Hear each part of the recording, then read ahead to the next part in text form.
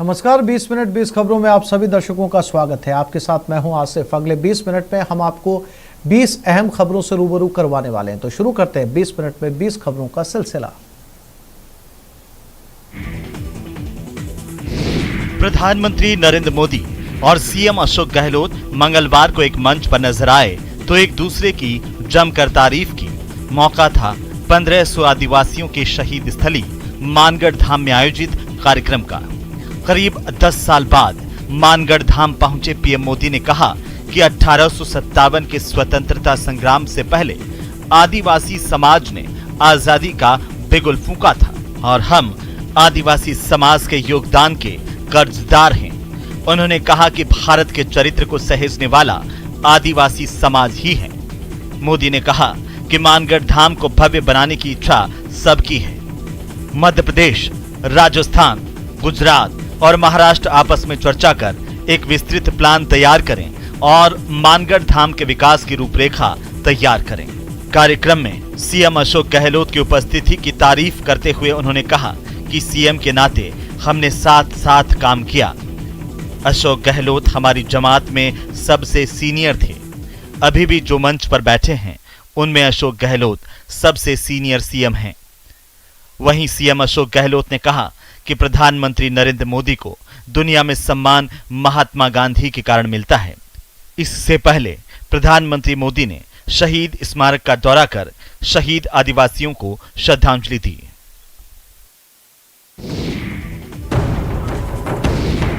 मुंगेर मुफस्सिल थाना क्षेत्र के टीकारामपुर बिंद टोली में शनिवार को फिल्मी स्टाइल में जमकर गोलीबारी हुई। इस घटना में किसी के हताहत होने की सूचना नहीं है, लेकिन गोलीबारी का वीडियो तेजी से वायरल हो रहा है। फायरिंग करने वाले सभी 18 से 25 वर्ष के युवक हैं, जो हाथों में देशी कट्टा लेकर खुलेआम फायरिंग कर रहे हैं। देखा जा सकता है कि कैसे हाथ में कट्टा लेकर दोनों गुट आपस में भिड़ गए और बीच बीच में फायरिंग भी कर रहे हैं। इस गोलीबारी का किसी ने वीडियो बनाकर सोशल मीडिया पर वायरल कर दिया, लेकिन इस मामले में दोनों में से कोई भी पक्ष थाना नहीं पहुंचा। मामले को गंभीरता से लेते हुए पुलिस अधीक्षक ने वायरल वीडियो की जांच कर दोषियों पर कार्रवाई करने का निर्देश दिया। चौकीदार के बयान के आधार पर 13 लोगों पर नामजद प्राथमिकी दर्ज की गई। टीकारामपुर क्षेत्र में बड़े पैमाने पर शराब का कारोबार होता है। इस कारोबार में वहां के कई लोग शामिल हैं। शराब के चक्कर में ही लोग आपस में उलझे थे। गिरफ्तारी के लिए पुलिस छापेमारी कर रही है।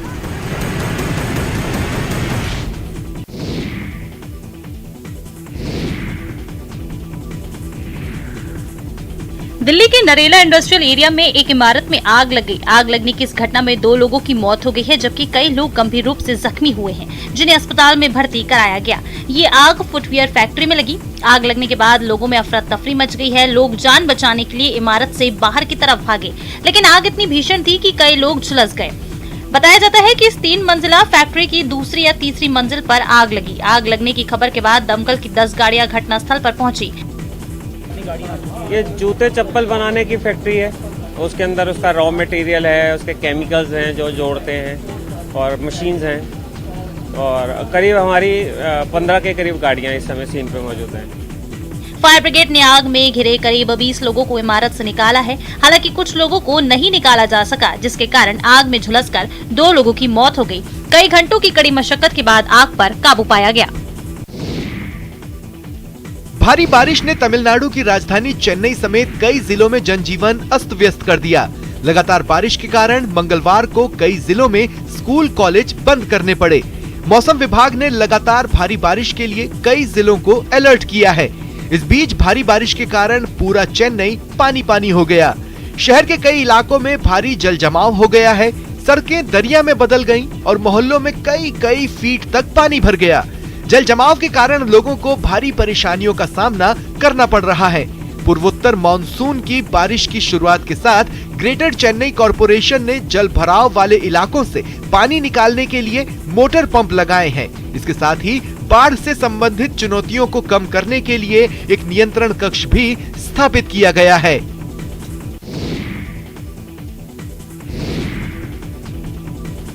बचने की तमाम कोशिश नाकाम है। बंदर उत्पात मचाएगा और आप यूं ही किसी तरह खुद को बचाने की कोशिश करते भागते फिरेंगे।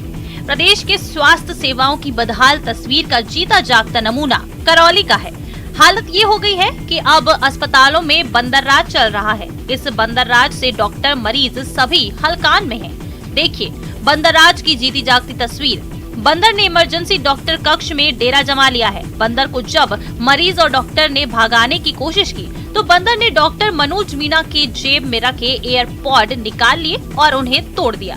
इसके बाद बंदर स्ट्रेचर पर लेटे एक गंभीर रूप से घायल रोगी की छाती पर चढ़ गया। जब परिजनों ने बंदर को भगाने का प्रयास किया तो पूरे हॉस्पिटल में हंगामा मच गया। बंदर ने मरीज के पिता को भी घायल कर दिया। जैसे तैसे लोगों ने बंदर को हॉस्पिटल के बाहर भगाया, तब जाकर लोगों ने राहत की सांस ली। इस घटना की जानकारी जिला कलेक्टर अंकित कुमार सिंह को दी गई है। कलेक्टर ने नगर परिषद आयुक्त को बंदर पकड़वाने के निर्देश दिए हैं।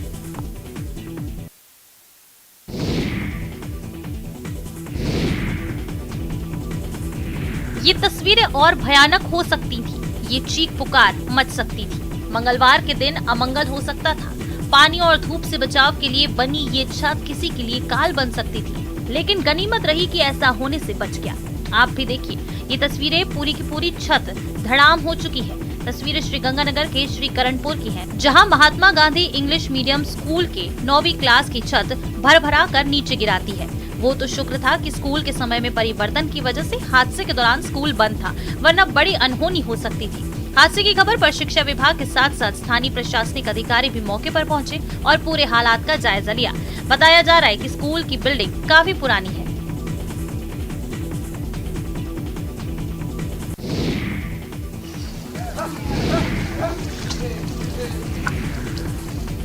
रेगिस्तान के जहाज कहे जाने वाले ऊंटों के संरक्षण को लेकर प्रदेश सरकार दावे तो बड़े बड़े कर रही है, लेकिन सच्चाई ये है कि इनके पीने के पानी के लिए भी अच्छी व्यवस्था नहीं कर पा रही है। ताजा मामला जैसलमेर जिले की रासला ग्राम पंचायत के सावता गांव का है, जहां पर हजारों की संख्या में ऊंट विचरण करते हैं, लेकिन वहां पर कई दिनों से पानी का संकट होने की वजह से ऊंट प्यासे मर रहे हैं। ग्रामीणों ने इसको लेकर कई बार प्रशासन से गुहार लगाई, लेकिन जिला प्रशासन इसको लेकर गंभीर नजर नहीं आ रहा है। वन्यजीव प्रेमी सुमेर सिंह भाटी ने बताया कि सावता गांव में एक मोरकूट बना हुआ है, जिसमें हजारों की संख्या में ऊंट यहां पानी पीने के लिए आते हैं। अभी तालाबों में पानी सूखने की वजह से ऊंट के अलावा अन्य मवेशी भी इसी मोरकूट से पानी पीने के लिए निर्भर हैं, लेकिन कई दिनों से ये मोरकूट सूखा पड़ा है। इसको लेकर हमने कई बार प्रशासन को अवगत कराया है, लेकिन कोई सुनवाई नहीं हो रही।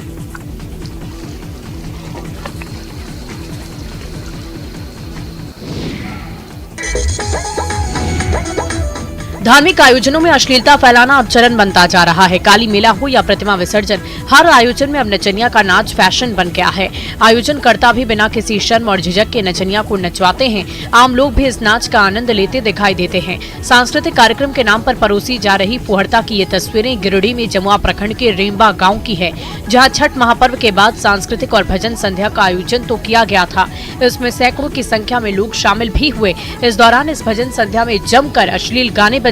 कोलकाता से आई डांसर्स के ठुमके भी लगे। देखिए कैसे स्टेज पर एक नहीं बल्कि दो नचनियां लटके झटके दिखा रही है और इनके साथ एक युवक भी ठुमके लगा रहा है। वहीं ऐसे आयोजन पर कई लोगों ने ऐतराज भी जताया है, क्योंकि इनका नाम सांस्कृतिक और भजन संध्या के लिए दिया गया था, लेकिन इस दौरान फिल्मी गीतों पर जमकर ठुमके लगाए गए और इस कार्यक्रम में जमकर अश्लीलता फैलाई गई।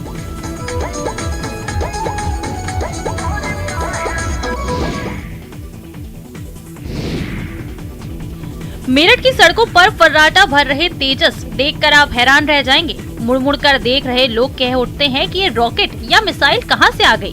मेरठ की सड़कों पर फर्राटा भर रहे इस तेजस को 2 छात्रों ने तैयार किया है। दरअसल तेजस एक ई बाइक है। छोटे छोटे पहिए, सीट की जगह पाइप का इस्तेमाल, साइकिल की तरह हैंडल, बीचों बीच मिरर, शॉकर, चार्जिंग बैटरी आदि को जोड़कर मेरठ के आशीष और अंकित ने ये ई बाइक तैयार कर दी है। आशीष और अंकित बताते हैं कि इस ई बाइक का एवरेज भी एक बार चार्ज होने पर 150 किलोमीटर का है, जिसकी जो स्पीड है वो 60 से 65 किलोमीटर है और जो इसकी एवरेज है वो 150 किलोमीटर एवरेज है इसका, और जो इसकी लागत है वो 35,000 रुपए के करीब अभी तक आ चुकी है। आशीष जब इस ई बाइक को लेकर मेरठ के कमिश्नरी चौराहे पर आए तो सेल्फी लेने के लिए 60 फोटो खींचने वालों की कतार लग गई। बाइक की स्पीड 60 से 65 किलोमीटर प्रति घंटा है। इसे अलग अलग पुर्जों से मिलाकर बनाने में 35,000 का खर्च आया है।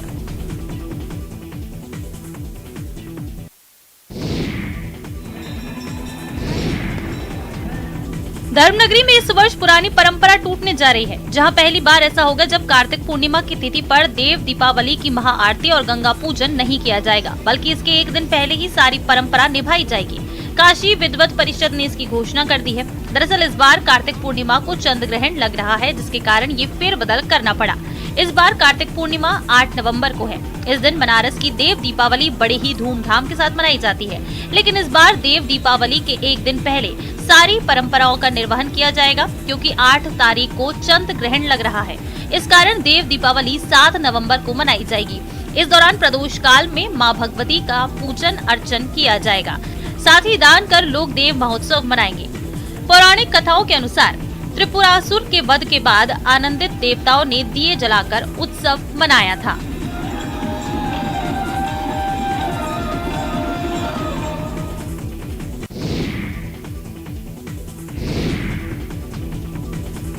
पहाड़ के किसान जंगली जानवरों से परेशान हैं। हालत ये है कि कई किसान खेती से किनारा करने लगे हैं। ऐसे में उत्तराखंड के नैनीताल के किसान सगत सिंह मेहरा कीवी की खेती कर दूसरे किसानों के लिए प्रेरणा बनते जा रहे हैं।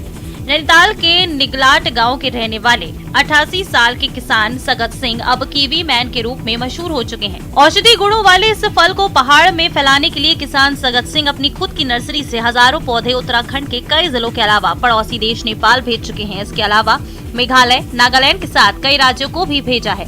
कीवी की खास बात यह है कि ना तो इसे बंदर खाते हैं और ना ही चिड़िया इसको नुकसान पहुंचाती है। अक्टूबर से दिसंबर तक तैयार होने वाली इस कीवी के खेती में भंडारण की भी समस्या नहीं है। 2 से 3 महीनों तक इसको सुरक्षित रखा जा सकता है। 28 औषधीय गुणों से युक्त कीवी डेंगू की बीमारी में भी रामबाण है।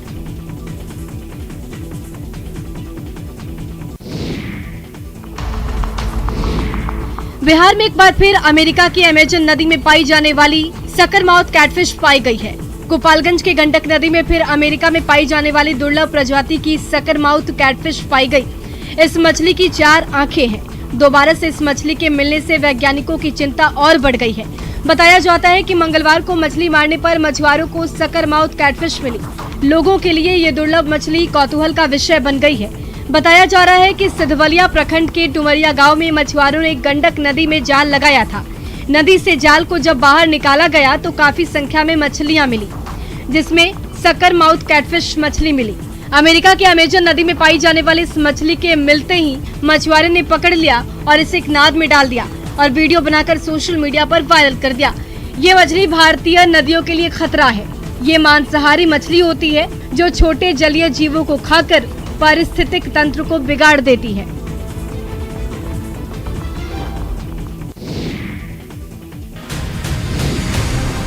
हजारीबाग में बड़कागांव प्रखंड के नापो के इंदिरा और डूमर बेड़ा के जंगलों में 23 हाथियों का झुंड मौजूद है। यहां हाथियों ने एक दिन पहले इंदिरा में धान की फसल को रौंद दिया था। ग्रामीणों ने बताया कि एक हथिनी ने बच्चे को जन्म दिया है, जिसकी वजह से हाथियों का झुंड अभी जंगल में ही एक जगह पर जमा हुआ है। बीते हुए 1 सप्ताह से हाथियों का झुंड पसरिया और लुरुंगा में तबाही मचाने के बाद नापो के पास जंगल में डेरा डाले हुए है। वहीं वन विभाग हाथियों को उनके आवाजाही वाले रास्ते पर खदेड़ने की कोशिश में लगातार जुटा है। हाथियों का झुंड गांव के अगल बगल जंगलों में डेरा जमाए हुए है। रात होते ही हाथी उत्पात मचाना शुरू कर देते हैं। खेतों में तैयार हो रही फसलों को नुकसान पहुंचा रहे हैं। मवेशी चराने गए ग्रामीणों ने हाथियों के झुंड को देखकर काफी डरे हुए हैं। उनका कहना है कि हाथियों द्वारा अब तक काफी संपत्ति को नुकसान पहुंचाया जा चुका है। वन विभाग सिर्फ तमाशा देख रहा है। हाथियों का झुंड आसपास के जंगलों में होने के कारण मजबूरन लोगों को जगह बदलनी पड़ रही है।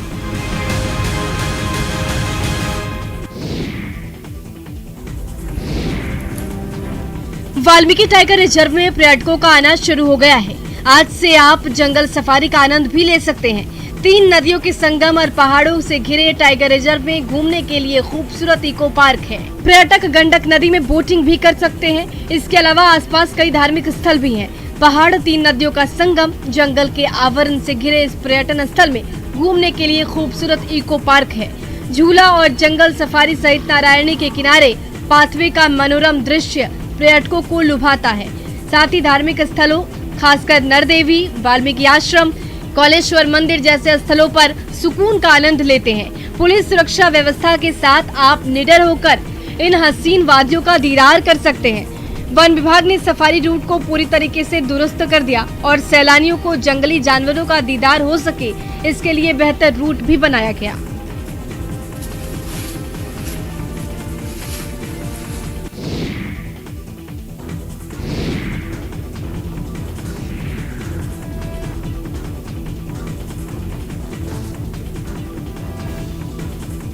आइए आपको दिखाते हैं एक विधायक की तस्वीर जो लोगों की मदद तो करना चाहते थे, लेकिन खुद ये भूल गए कि बिना सुरक्षा इंतजामों के बिजली के खंभे पर चढ़ना जानलेवा साबित हो सकता है। ये शख्स कांग्रेस विधायक बाबूलाल जंडेल है, जो बिजली की लाइन को जोड़ने के लिए खुद खंभे पर चढ़ गए। पूरा मामला सोमवार से शुरू हुआ, जब कांग्रेस पार्टी की भारत जोड़ो यात्रा अभियान लेकर बाबूलाल जंडेल काठोदी गाँव पहुँचे। रात के समय वहां बिजली नहीं थी। विधायक के पूछने पर ग्रामीणों ने बताया कि बकाया बिजली बिल जमा नहीं होने की वजह से बिजली कंपनी ने उनके गांव की बिजली सप्लाई काट दी है। विधायक ने सुबह तक का इंतजार किया, फिर भी जब बिजली नहीं आई तो उन्होंने ना आओ देखा न ताओ, खुद ही बिजली के खंभे पर चढ़कर बिजली सप्लाई जोड़ दी। अब ये वीडियो सोशल मीडिया पर खूब वायरल हो रहा है।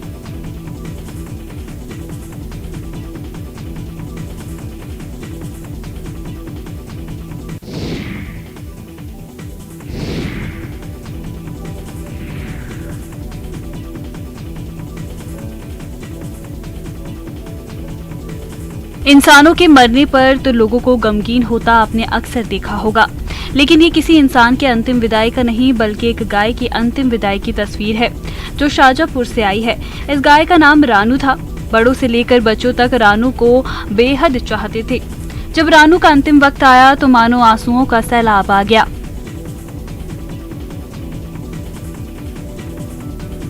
बच्चों से लेकर बड़ों तक सब गमगीन थे। अंतिम विदाई भारी मन से जरूर हुई, लेकिन धूमधाम से।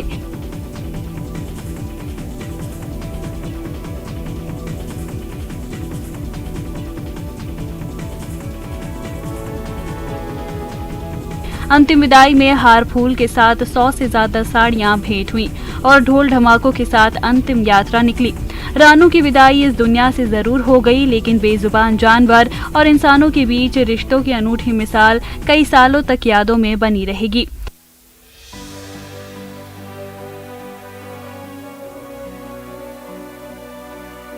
उम्मीद है इंसानों और जानवरों की प्रेम की ये दास्तानें आगे भी जारी रहेंगी।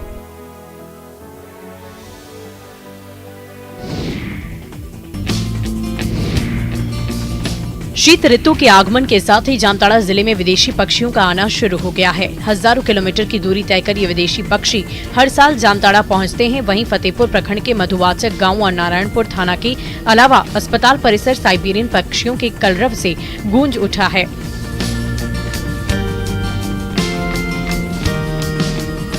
बता दें कि ये विदेशी मेहमान हर साल ठंड में गांव के पेड़ों पर अपना आशियाना बनाते हैं। ग्रामीण इन मेहमान पक्षियों की सुरक्षा करते हैं। साथ ही इन पक्षियों को पुलिस के द्वारा भी सुरक्षा दी जाती है। इसलिए भी मेहमान पक्षियों के लिए ये सबसे सुरक्षित स्थान है। थानेदार खुद इन पक्षियों की बहेलियों से सुरक्षा तो करते हैं और इन्हें दाना पानी खिलाते हैं। दरअसल ये साइबेरियन पक्षी प्रजनन के लिए अनुकूल मौसम की तलाश करते हुए 7 समंदर पार भारत आ जाते हैं और शीत ऋतु खत्म होते ही साइबेरियन पक्षी अपने पूरे परिवार के साथ फिर अपने वतन को लौट जाते हैं।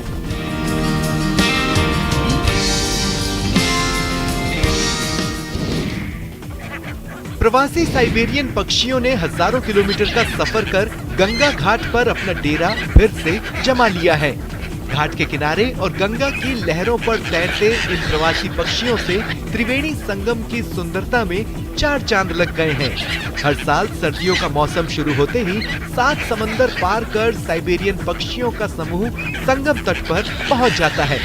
संगम तट पर हजारों विदेशी मेहमानों के आने से जहां संगम की प्राकृतिक सौंदर्यता और निखर जाती है, वहीं संगम में आने वाले श्रद्धालुओं के साथ ही देसी विदेशी पर्यटक भी इन विदेशी मेहमानों के कलरव को देखकर सुनकर आनंदित होते हैं। संगम तट एक बार फिर इन विदेशी मेहमानों से गुलजार नजर आ रहा है, जिसमें संगम आने वाले श्रद्धालु और पर्यटक बेहद खुश नजर आ रहे हैं। वहीं पक्षी एवं पर्यावरण विशेषज्ञ भी साइबेरियन बर्ड्स के माइग्रेशन को नेचुरल फिनोमिना बता रहे हैं। संगम के तट पर हजारों की तादाद में साइबेरियन पक्षियों के पहुंचने से न केवल यहाँ की सुंदरता में चार चांद लग जाते हैं, बल्कि पानी की सतह पर कलरव करते ये विदेशी मेहमान श्रद्धालुओं और पर्यटकों को भी अपनी ओर बरबस आकर्षित करते हैं। इंडोनेशिया के शहर बाली में 2 दिनों का एक धार्मिक सम्मेलन आयोजित किया गया। इसमें 20 देशों के धार्मिक नेता शामिल हो रहे हैं, जो दुनिया की चिंताओं से सार्थक तरीके से निपटने में धर्म की भूमिका पर मंथन करेंगे। इंडोनेशिया में इस तरह का आयोजन पहली बार हो रहा है। इंडोनेशिया के नहदलातुल उलमा ने 2022 में इन 20 देशों के धार्मिक नेताओं के मंच की स्थापना की थी, जिसका ये पहला सम्मेलन है। बाली में आयोजित ये शिखर सम्मेलन इस वर्ष के G20 कार्यक्रम का मुख्य कार्यक्रम है।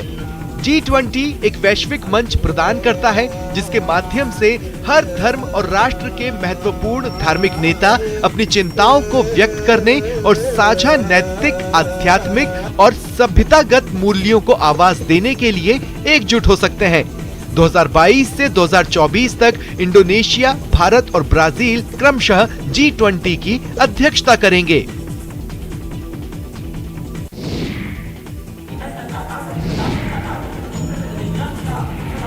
खाकी को तनाव मुक्त रखने के लिए कोटा में एक शाम शहीदों के नाम प्रहरी 2022 कार्यक्रम का आयोजन किया गया। श्रीनाथपुरम के UIT ऑडिटोरियम में आयोजित इस कार्यक्रम में पुलिसकर्मियों के परिजनों ने भी देशभक्ति गीतों की प्रस्तुति देकर वाहवाही लूटी।